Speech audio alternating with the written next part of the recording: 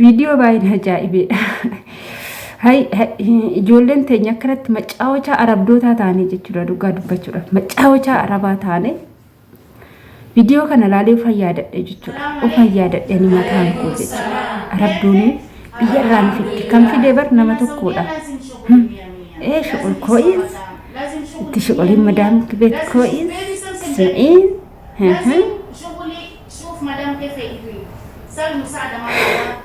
Ashama harka fuunee kabajamtootaaf daawwattootaa hordoftoota waliin nageenyi koo kan jaalalaa fi kabajaa bakkaa fi haala lafa jirtanitti isiniif haa baay'atu.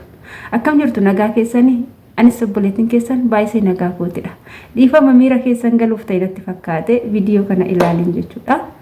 Egaa kan viidiyoon kun biiroo tokko keessatti dhufama. Biiroo tokko keessatti dhufama. Biyyarraa fidanii jiru ijoollee jechuudha. Yeroo amma faashinii yeroo amma biyyarraa ijoollee fidanii akkamitti isinitti fakkaate iddoo iddootti qoodu jechuudha. Isiniif galee gizee dura jalqaba biyyarraa baanu addaraasha jira.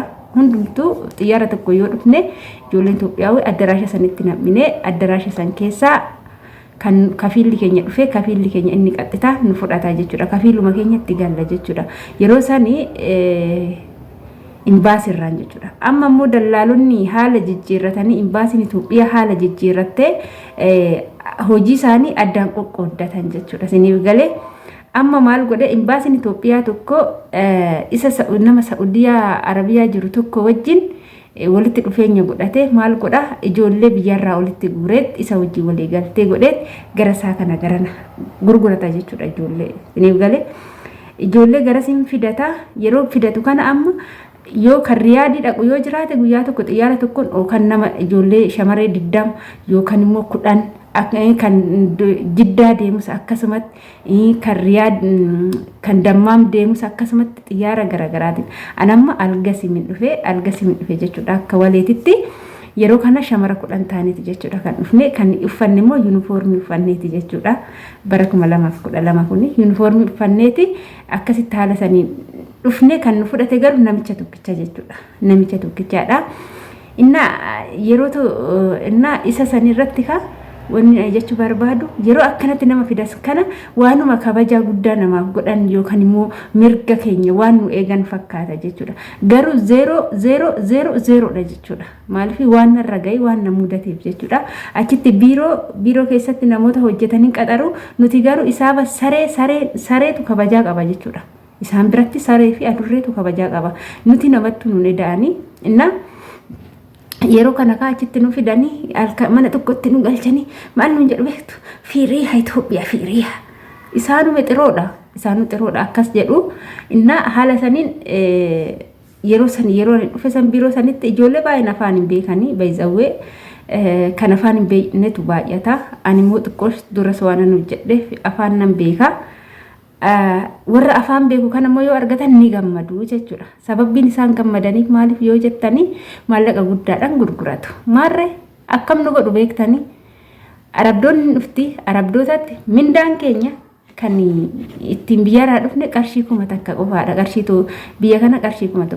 Birriin 1000 takkaadha Itoophiyaa waliin ta'umaa nu godhaan jirtu jechuudha. Inna birrii 1000 nu kaffalu garuu meeqaan mana madaamitti nu galchu yoo jettan ani mataan koo 5,000 nan hojjechaa ture jechuudha. Na gurguratu kaa biiroon 4,000 saniin booda birrii 1000 qofa naa kennu. Waanuma wayisii taate jedhanii birruma 20 mallee irraa naa kennani jechuudha. Ofii isaaniitti xirqama godhanii maal godhu yoo 5,000 gale 1000 naa kennu 4,000 harkatti hafa 2,000 ejensii Itoophiyaatitu nyaata 2,000 immoo ejensii asiititu nyaata kun nu gurguratu jechuudha. Biyyarraa garuu kan fidan birri biyya kanaa riyaala 6,000 bichaadhani jechuudha laala. Inna fakki saniin booda hojii humna keenya oliiti jechuudha kan nu galchani hojii hojjechuu hin dandeenye hojii humna keenya oliiti hojiin kun nutti ulfaate yoo jenne maal gocha biyyaa baatere hojii hojjechuu fi miti kanaafuu gadi jedhi hojjedhu jedhanii warri biiroo nama lolu jechuudha. Ani waan bara kana dhugaa hin dubbannu keessallee yoo darbine obboloota keenya haarawaa dhufan kanaaf immoo baay'ee na dhukkuba jechuudha. Inna ijoollee baay'eedha jechuudha. Mucayyoo takka wanni hin irraaffanne dhugaa rabbii wanni hin irraaffanne waan arge kecha waan hin irraaffanne obboleettiin teenya takka jechuudha. Dhalattuu Jimmaati rifa afaan isin beektu arabdoonni namatti iyyuu yoo namatti namaan lolanis hin iyyuu yoo suuta saasaan hin iyyuu yoo isaan achitti iyyan mucayyoo rifattee dhaabbatumatti fincaan ofirratti fincoofte jechuudha. Yeroo fincaan ofirratti fincooftu kana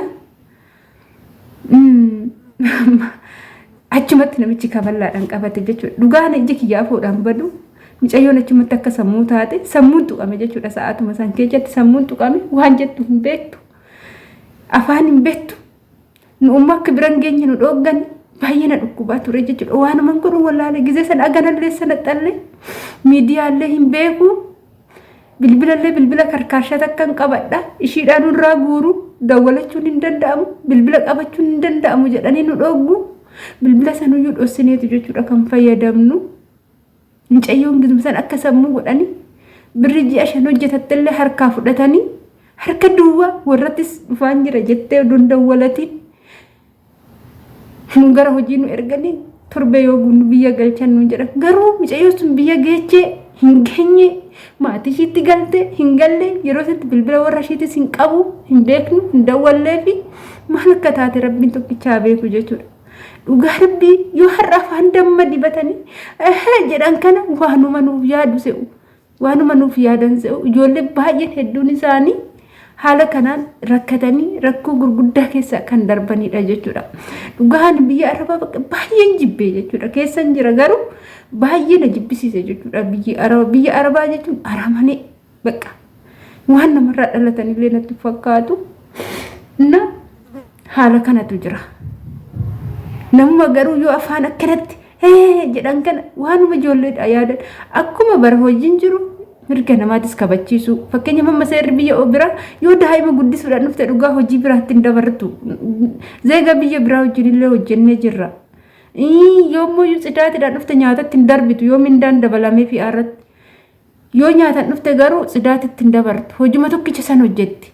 Keenya maalidha maalodha. Mirgi keenya maaf nun eeggamne. Mootummaan keenya maa ija nutti hin banne. Nuti Itoophiyaa yoo taane dhugaa rabbii dubbachuudhaaf osoo hin shakkin hojiidhaan taana xankaarran akka keenyaa hin jiru dhugaa dubbachuudhaaf.